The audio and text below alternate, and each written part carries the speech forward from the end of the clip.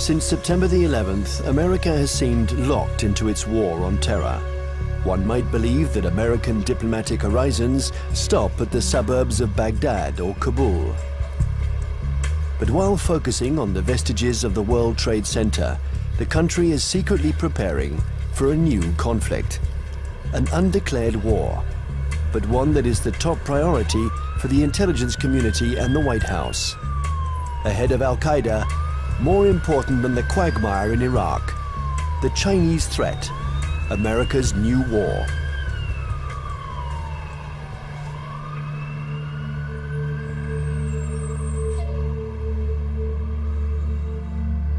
They have a term they call comprehensive national power, which is economic, political, military, all together, cultural.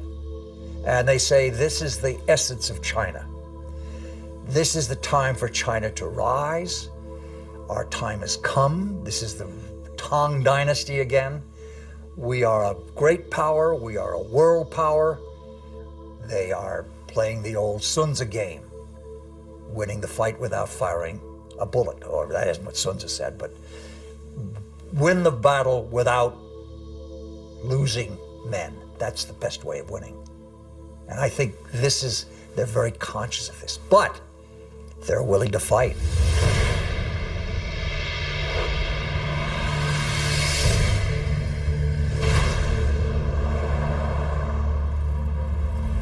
The world will, run by three first-class countries. One is USA, United States of America. Another is USE, United States of Europe. Then the Greater China. At this point, at the current point, I think the possibility to see a USE is very slim. But the USA stay as top one country is something sure, right? And as for the possibility of Greater China, the possibility is something in between. Right?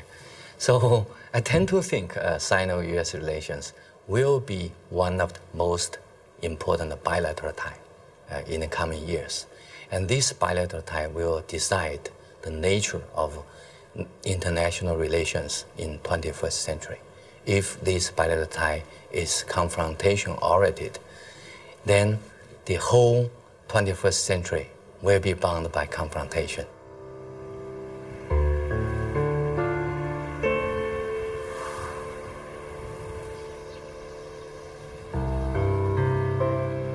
Kinmen Island, the actual frontier between the two giants, and where the ultimate confrontation may take place. This little island belongs to Taiwan, but it is only 2 kilometers from the Chinese coast. From here, one can see the inaccessible banks of Fujian province, where hundreds of ballistic missiles point at Taipei.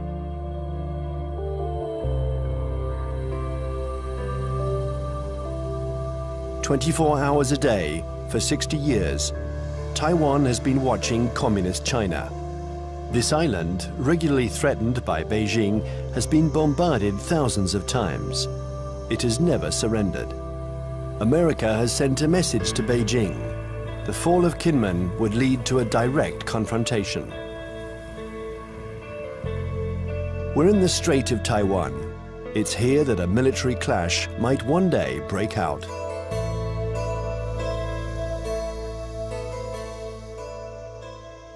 Taiwan is one of those emotional hot-button issues, the way Jerusalem is to Palestinians and Israelis, the way Kosovo was to the Albanians and Serbs. And for most mainland Chinese, Taiwan is rightfully a Chinese province. This was territory that they believe was stolen from China by Japan in the 1895 war, and that the United States prevented reunification during the early stages of the Cold War because of our opposition to communism.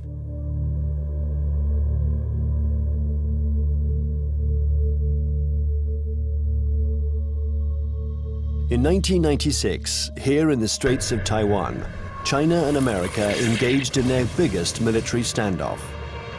The ongoing elections in Taiwan annoyed the regime in Beijing, so the Chinese army decided to launch huge military maneuvers to test the Americans' reaction.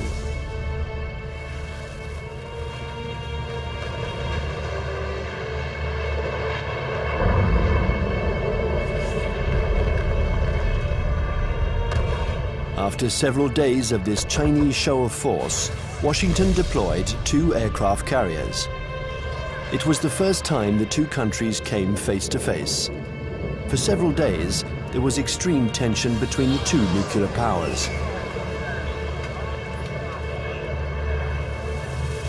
When the Chinese fired short-range ballistic nuclear-capable missiles off the north and south coast of Taiwan and carried out a major, what we call a live-fire exercise. And Jiang Zemin was there, the president. They were using some very belligerent language. This is when we dispatched 2 carrier battle groups off the East Coast. And this was a show, this was force. And the matter quickly dissipated. The Chinese thought this was excessive. They thought that they had an understanding with the U.S., that they would have a limited display to show their seriousness on the issue. The U.S. would adopt a very limited response, and then they would both back away. They regarded the deployment of a second carrier as excessive and in some ways as humiliating to the Chinese, because the Chinese couldn't do much to deter or complicate the deployment of those carriers.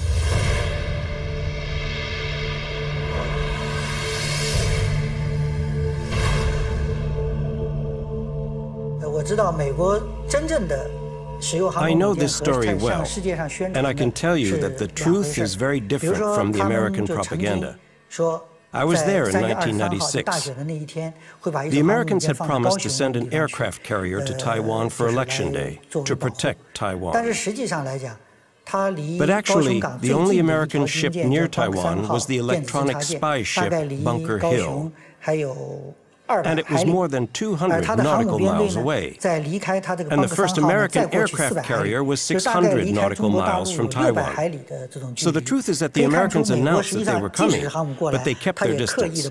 They wanted at all costs to avoid any incident, and they didn't dare approach our army.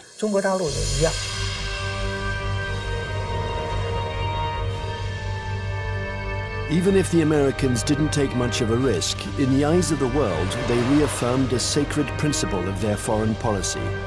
They support Taiwan, and they will continue to do so regardless of China's growing power. I think believes Taiwan is very important for a number of reasons, not to mention the fact that it's our 8th largest trading partner, our 6th largest market for agricultural goods. It's one of America's most important sources of high-tech semiconductor products. Even though they're imported to the United States via China, they're made in Taiwan. But that, of course, isn't the only thing. The real reason I think America has a commitment to Taiwan is because Taiwan is a democracy. It is, in fact, the most vibrant and dynamic democracy in East Asia. And it's a democracy that came to fruition under the pressure of the U.S. government, primarily the Congress, after 40 years of very tight authoritarian rule by a regime that came from mainland China. I think, however, the real reason that the United States, especially the Pentagon, is so concerned about Taiwan is that it has been a very strong defense and intelligence partner for the last 50 years, including the last 30 years since the breaking of relations with the Republic of China on Taiwan. We have still maintained a very strong defense relationship and a very strong intelligence collection relationship with Taiwan. I would say the United States is committed to Taiwan. This goes back historically a long, long way. World War II, we were there. And we were looking for a strong, unified, democratic China. Well, we got 2/3 of it. Strong and unified, not democratic. Now we're calling China a responsible stakeholder. We've got half of it. We've got a stakeholder, but not a responsible one yet. The U.S. feels that we have an obligation, legal, moral, to Taiwan, that we cannot stand idly by and let this be taken over by what looks like an authoritarian, communist-influenced power. This cannot be.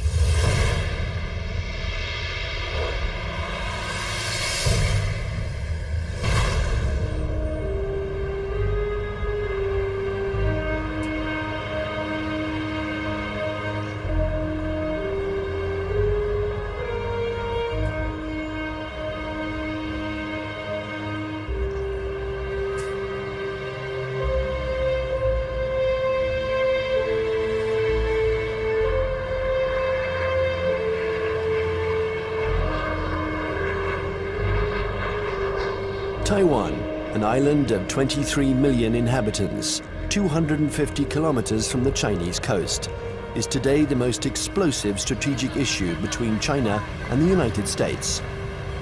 Taipei, the capital, flaunts its economic success. It is one of the biggest centers in the world for the electronics industry. A modern city, free, young, and always noisy. In 1895, Taiwan was invaded by Japan. 50 years later, after the Japanese defeat, peace treaties returned the territory to China, a China which was then in the midst of a civil war between Mao's communists and Chiang Kai-shek's nationalists. When the battle turned in Mao's favor, General Chiang Kai-shek, aided by the Americans, took refuge in Taiwan with his soldiers.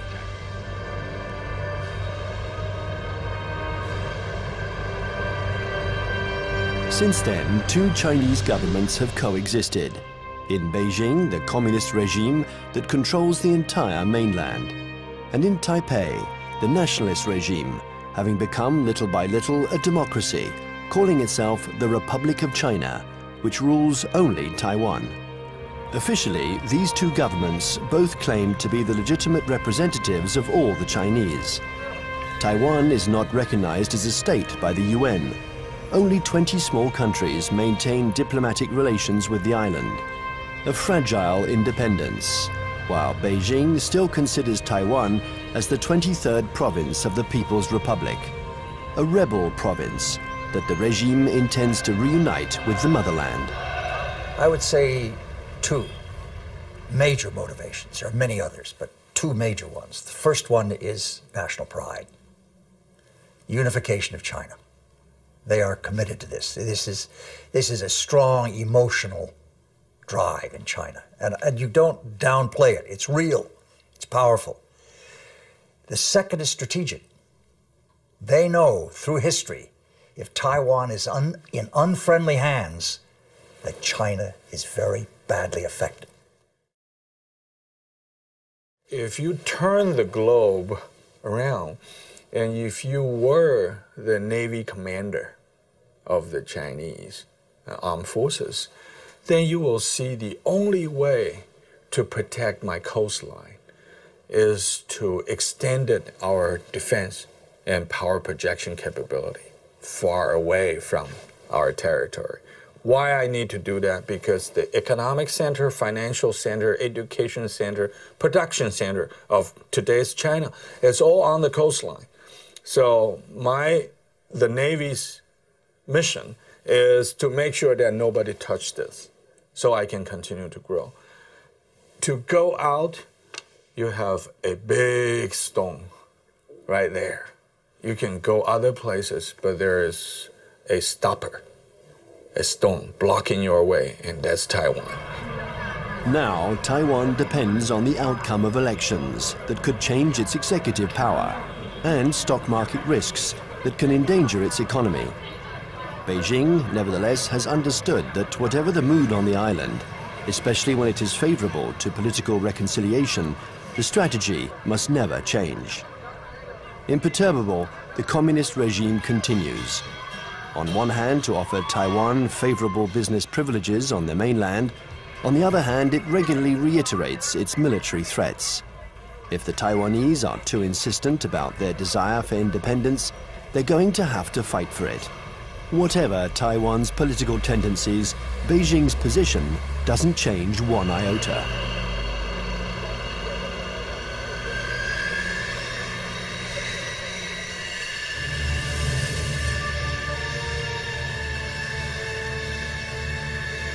A freeway in the middle of the island of Taiwan.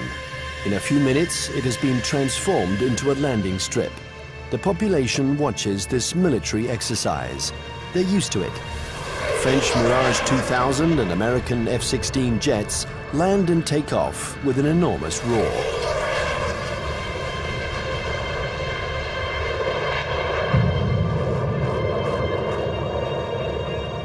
Faced with the uncertainty of American support, Taiwan organizes its own defense. Everyone knows that the airports will be the first target. Strategists on both sides of the strait affirm that the war will first begin with an air battle.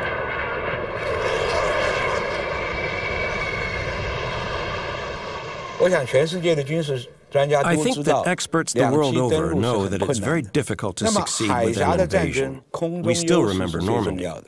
In a strait like ours, it's what's in the air that will make the difference. And we've always tried to keep a strategic advantage over China, our air superiority. But with the Chinese missiles, this equilibrium has been put into question. They can destroy our airports, and if they are destroyed, we lose our only advantage over China, our air superiority.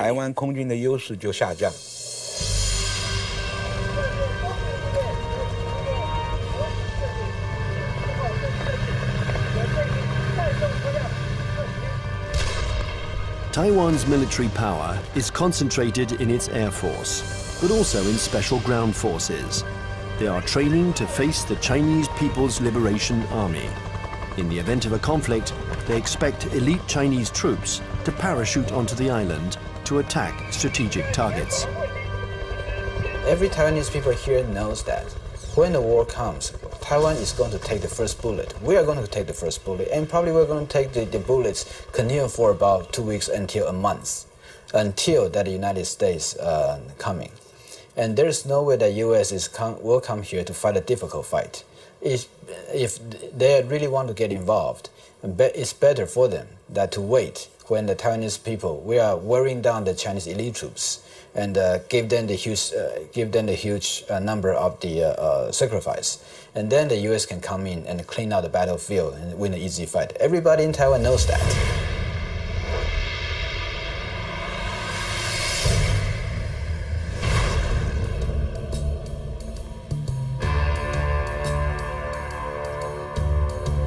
In Washington, the scenario of the next confrontation is a constant preoccupation.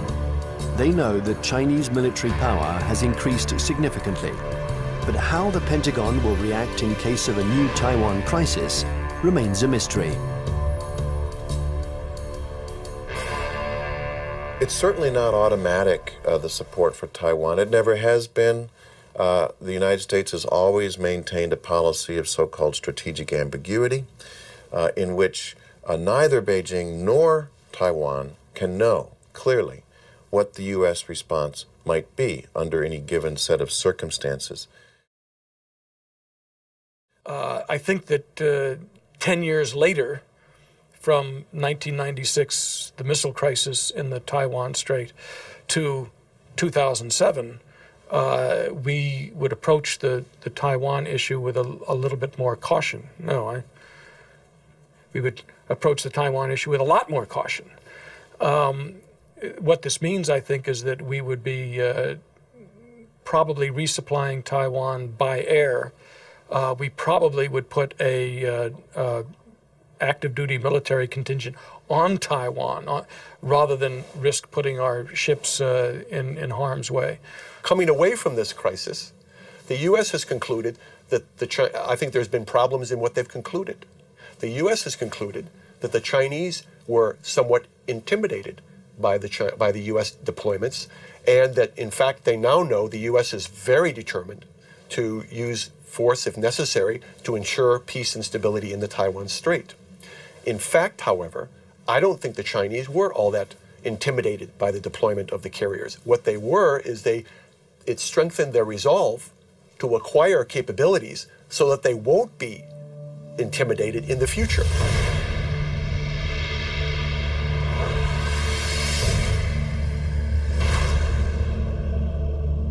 Since the 1996 confrontation between China and the United States around the Taiwan issue, I think China's military modernization speed up. And people saw some achievements, right? Now China owns J-10. That's the typical third generation fighter. And that made China is the third country that can independently produce the third generation firefighter. I think that's a strong signal to the US side, what achievement on military modernization on PLA side. If China's own terminal objective is trying to so-called unify Taiwan by using force to take over, I think their military capability is good enough. But I don't see that, because they're increasing their military budget over the last decade, almost every year, 2 digits.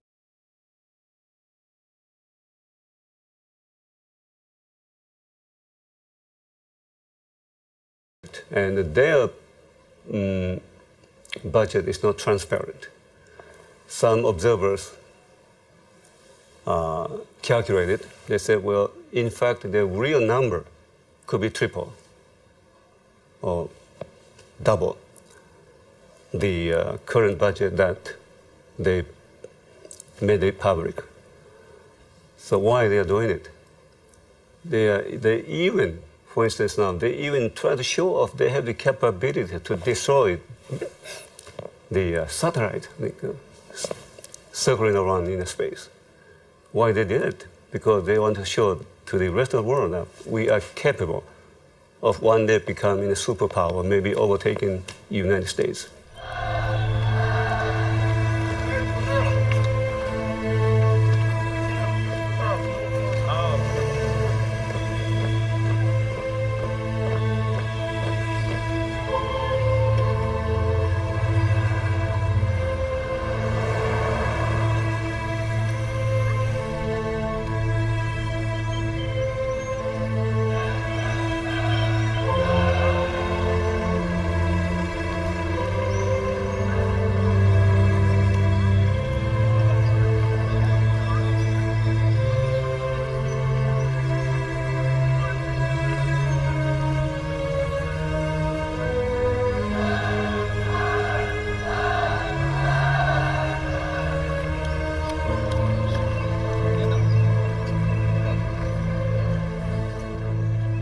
Frankly speaking, the status quo balance of power is still strongly in favor of the United States.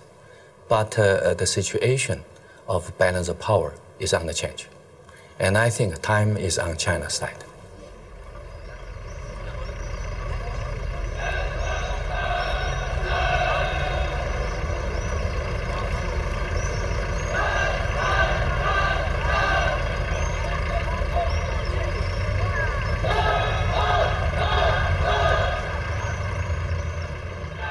Since the 1996 crisis, the United States and China have often had occasion to test each other's resolve. Small conflicts, sometimes public, sometimes secret, that can be understood today as a pattern of confrontations between the two powers. On May 7th, 1999, in the midst of the Kosovo War, NATO bombed the Chinese embassy in Belgrade. 3 Chinese people were killed. NATO claimed it was a military error. CIA had apparently furnished the wrong maps. In answer to this provocation, the Chinese organized mass demonstrations in front of American embassies.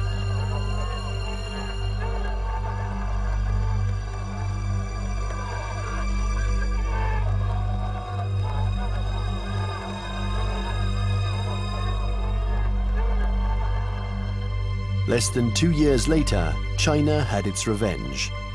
The 1st of April 2001, an EP-3 took off from its base in Japan. It's a spy plane that flies regular electronic surveillance missions along the Chinese coast.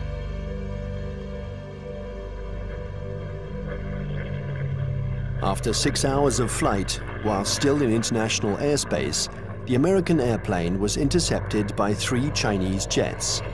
This had been going on for some months. The Chinese planes came within a few meters of the American plane, a little game that the pilots were used to. One of the Chinese pilots was Wang Wei, and the crew of the EP-3 knew him well. He had already shown through his past interceptions of U.S. aircraft that he was willing to take some very serious risks in coming very, very close to U.S. aircraft. They knew him well. Smart Alec, hot dog we call him. He's in the thing and screw you, and Sam, he comes up like this. Well, he comes a little bit too close. And the Chinese, again, the propaganda apparatus turns on, and they say, our plane deliberately turned, hit his plane, and it crashed. Your fault. And we said to China, that defies the laws of physics. The U.S. government had already expressed its concern over this to the Chinese government. I think in this instance, he miscalculated, and he allowed his aircraft to get too close, and it struck the U.S. aircraft, and it damaged his aircraft in a way that forced him to crash.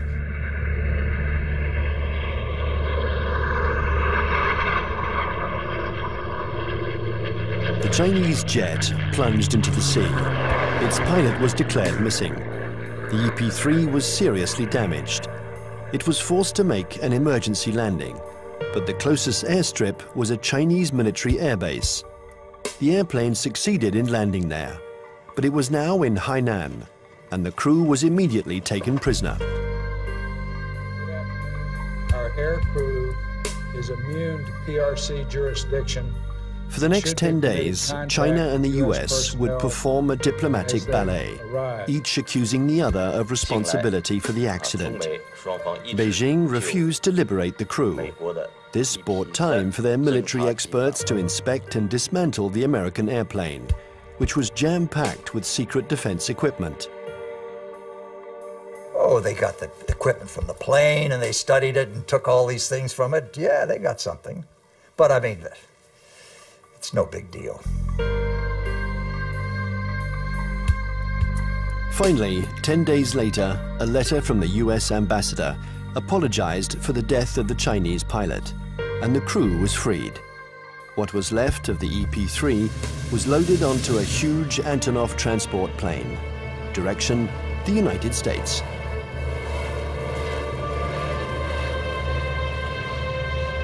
The People's Liberation Army did the same thing after each small battle. They analyzed all American techniques and strategies. It was almost an obsession with Beijing. Chinese military development was entirely oriented towards a confrontation with the US. In 1996, China understood that aircraft carriers were the main threat, so they tried to develop arms to counter them. There are several things that the Chinese have done over the last several years that play to this capability. One of them is they have developed a larger number of more sophisticated submarines, diesel submarines. And contrary to what a lot of people think, many diesel submarines are quieter than many nuclear submarines. They're very hard to detect. The Chinese have built a significant number of new types of diesel submarines. They've also developed a significant number of new varieties of surface warships. Both of these sets of capabilities have application to the Taiwan situation. And the Chinese have deployed the submarines in some instances to areas well beyond Taiwan. They've deployed them around Guam, which is now becoming an area of increased U.S. military presence in the Pacific. They've shown by doing this that they have the capability to deploy submarines into far deep water areas. And obviously, this becomes a potential concern to any carrier battle group commander who wants to bring a carrier up close to Taiwan. We saw last October 26th, our carrier battle group, the Kitty Hawk, was in the waters in the vicinity of Okinawa. And all of a sudden, there emerged right in the middle of the carrier battle group, a very modern Chinese submarine that nobody had seen, nobody had heard. It came up within a few miles of the Kitty Hawk itself. And we know that this submarine is equipped with very advanced torpedoes, and that if it wanted to, it could have sunk our carrier. The Chinese know we are dependent on two things militarily in Asia. Number one, satellites. Number two, aircraft carriers. They have demonstrated to us they can take out each one.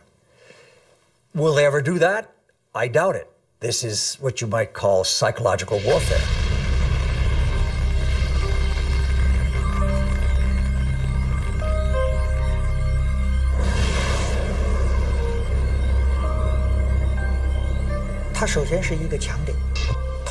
Satellites are an American strong point. But if you look closely, they can also be a weak point. The U.S. relies on satellites to control their entire communications network, and that's a weakness. Today, and we were able to verify this during the last conflicts, the American military depends too much on its electronics and satellites. This dependence reminds me of the Greek legend. The powerful Achilles, who was invulnerable, except for his heel. And satellites are a little like the American Achilles heel. The 11th of September 2006, the People's Liberation Army launched a missile that destroyed one of its own satellites. The explosion in space was obviously immediately detected by the Pentagon. There was consternation in Washington. Nobody had anticipated this Chinese initiative. The Chinese have had an anti-satellite program for some time now, and it's designed primarily to, again, to deter the United States or to complicate U.S. decisions in the event of a crisis. So yes, I think the recent shot by the missile to fire against their own satellite and shoot down their own satellite was designed to convey a signal to the United States about the fact that the Chinese are not simply going to sit back, in their view, and allow the U.S. to have predominant influence. They are going to try to influence the situation, in this case, in sort of an asymmetrical way, by threatening what is regarded as one of the critical areas of U.S. surveillance. The Chinese army has also developed another system to blind American satellites. These are giant lasers that don't destroy them, but blind them enough to make them useless. This isn't science fiction, but a technology that is already in use. And then there exists a still more terrible weapon, a weapon that the Americans and the French have already mastered. Its development was a priority for the Chinese army. The Chinese have followed very closely the American dependence on the electromagnetic spectrum, the use of communications and networking among satellites and ships and command systems to fight a war. They saw what happened in the first Gulf War, they saw what happened in Kosovo, they watched Afghanistan, they watched the second Gulf War, and they realized that we are more and more dependent on the electromagnetic spectrum and moving communications back and forth. And an electromagnetic pulse, which is produced by detonating a nuclear weapon, usually fries transistors and stops that kind of communication. An electromagnetic impulse weapon uses a nuclear explosion to generate an electromagnetic wave. When this wave hits boats or planes, it instantaneously destroys all electronic equipment.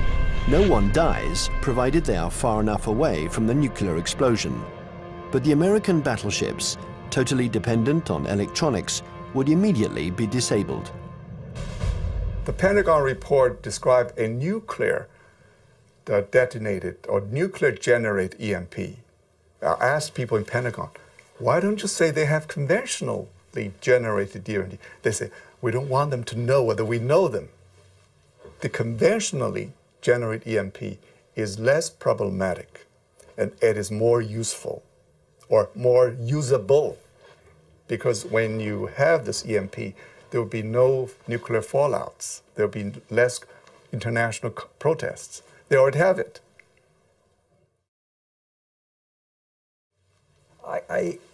Yes, it is like shooting down the satellite, getting the submarine under the aircraft carrier, EP-3 incident off Hainan. It is, look, we mean business. You pay attention to what we're doing.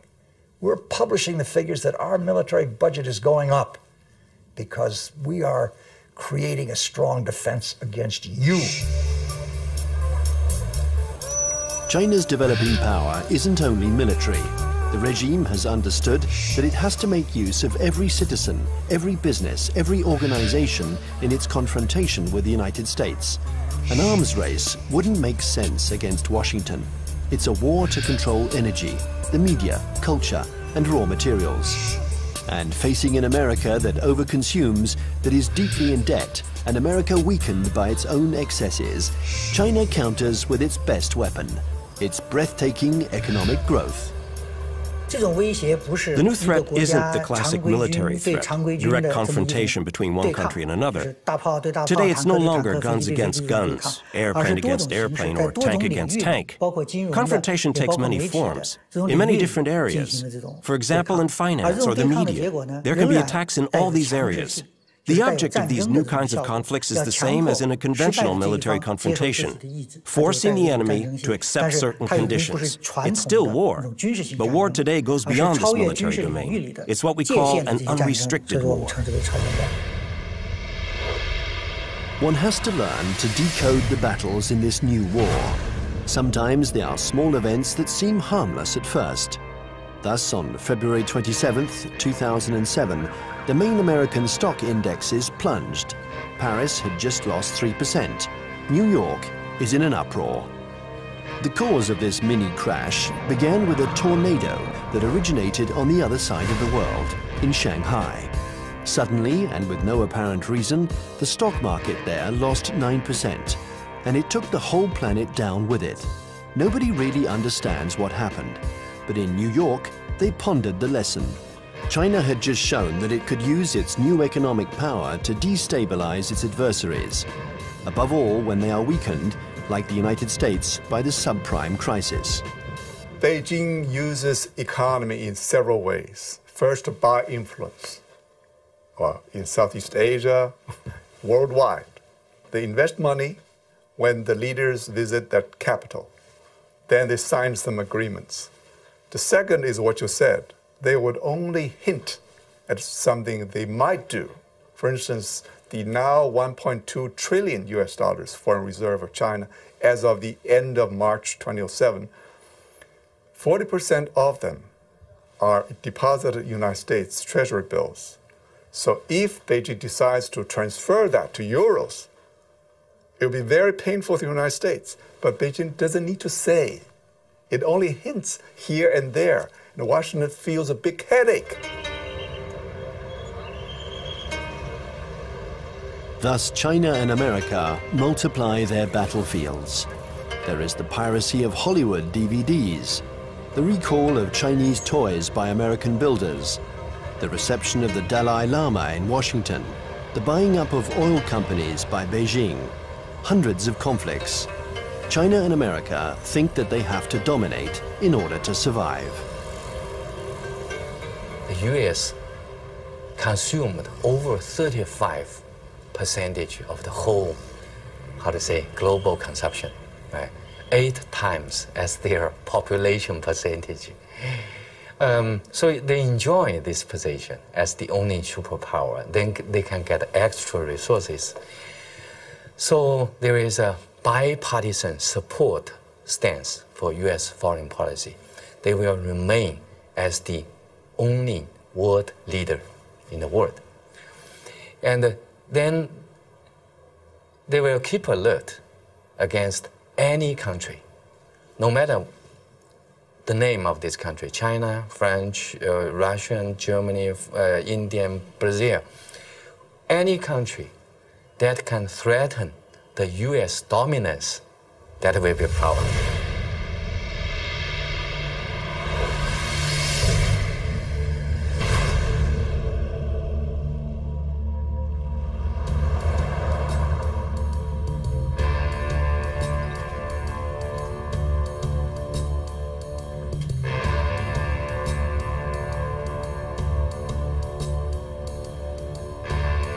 Washington, China has become the major preoccupation of every administration. China is a competitor in the realms of economics, media, and technology. World hegemony is no longer measured by the number of nuclear warheads.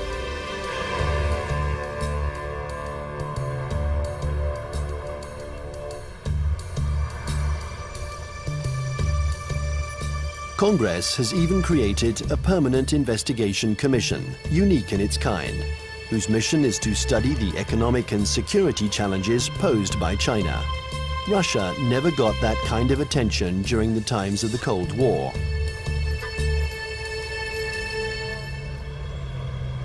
There is a global plan from China.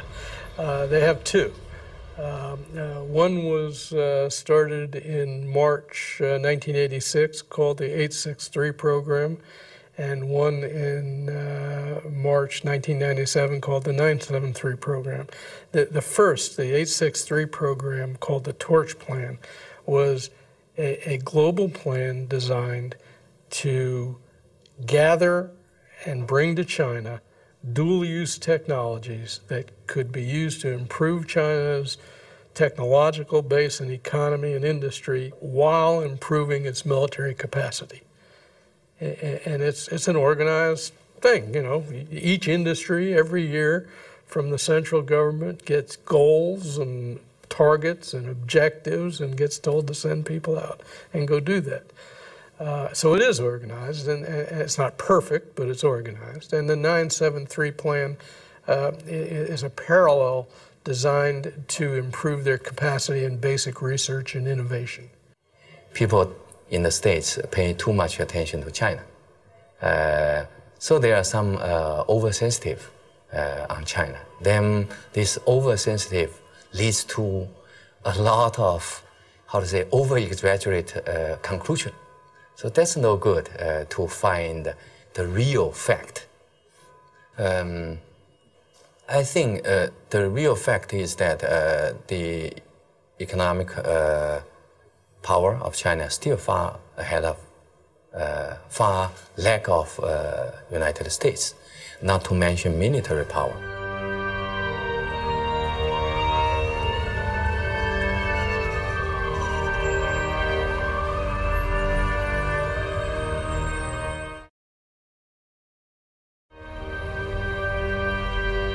If the French Foreign Intelligence Collection Service goes to a student and says, while you're at Tufts University, we want you to go over to some laboratory and gather this, the student can say, I'm busy. It's going to interfere with my dissertation. If the Chinese intelligence service goes to a student and says, we want you to, you want a visa? You want a passport?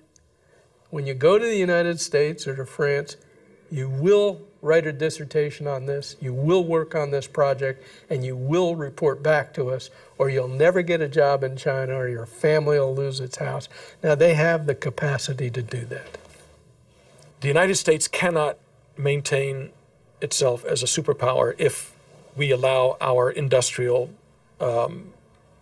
production to be offshored, to be outsourced.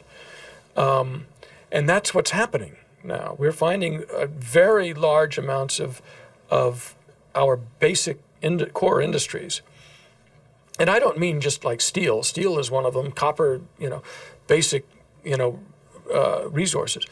But things like semiconductors. And when we find that our semiconductor industry has gone from 12, state-of-the-art wafer fabs to 3, because more and more are being built in Taiwan and Japan and, well, not in Japan, in South Korea. And in China, if we're allowing our, state-of-the-art, cutting-edge electronic science and technology research and development move to China, we can't survive as a superpower.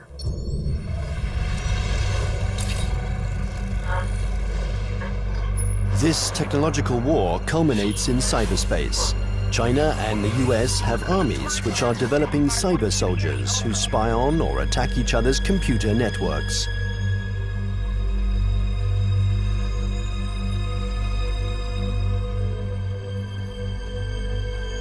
In March 2006, the US State Department decided to buy 16,000 computers from Lenovo, the Chinese company that had just bought out IBM. Some of these computers were meant for networks that circulate secret defense data. Larry Wurtzel and his commission intervened to stop the delivery.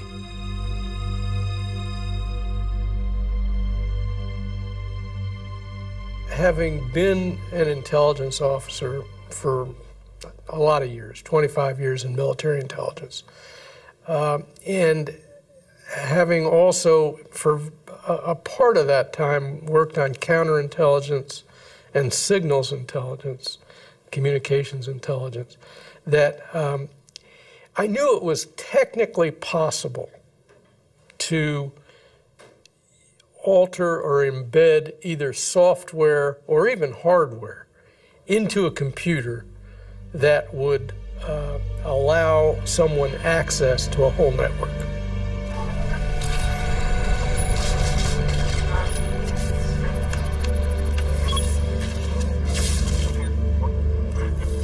The entire Bureau of Export Controls of the Department of Commerce was attacked and shut down by, turns out, hackers from China. The State Department itself lost a bureau and all its computers by hackers from China. The National Defense University of the United States had its computer systems shut down, and the Naval War College had its computer system shut down. Other computer systems, government computer systems, have been attacked. And I think General Cartwright, the commander of the U.S. Strategic Command, has recently testified in front of Congress about this. So I knew these things were going on. There's more going on that we learn about on the Commission because we do have access to classified information. I can only say that in many cases, the United States knows these attacks are coming from China and knows that they're coming even from specific organizations in China. But I can't go into the details on who. The war on the internet is as old as the internet itself. And one can't say that this was a Chinese invention. In America, the CIA and NASA employ 25,000 people to work on the internet. They have the largest internet surveillance and listening centers. So it's true, war exists on the internet. The war has begun without a single missile being fired, without the world noticing. The war has begun in all of these new technologies. Many civil technologies also have military applications. This is especially true of the entire electronics industry and the internet. They're new battlefields in an unrestricted war. The media, finance, business, all these are included. It's a war because there is real antagonism, and both parties try to take advantage of their adversary. It's a new form of war, the unrestricted war.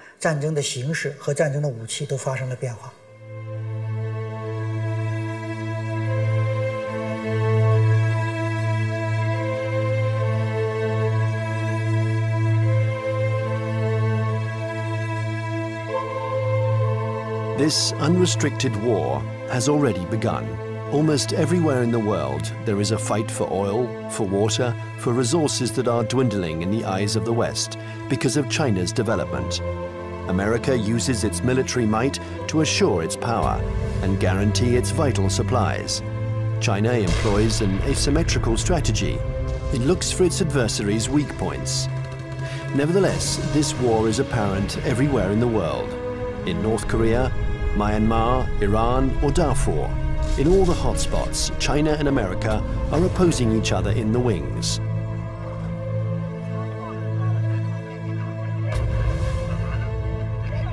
remember the words of Deng Xiaoping: there cannot be two tigers on the same hill.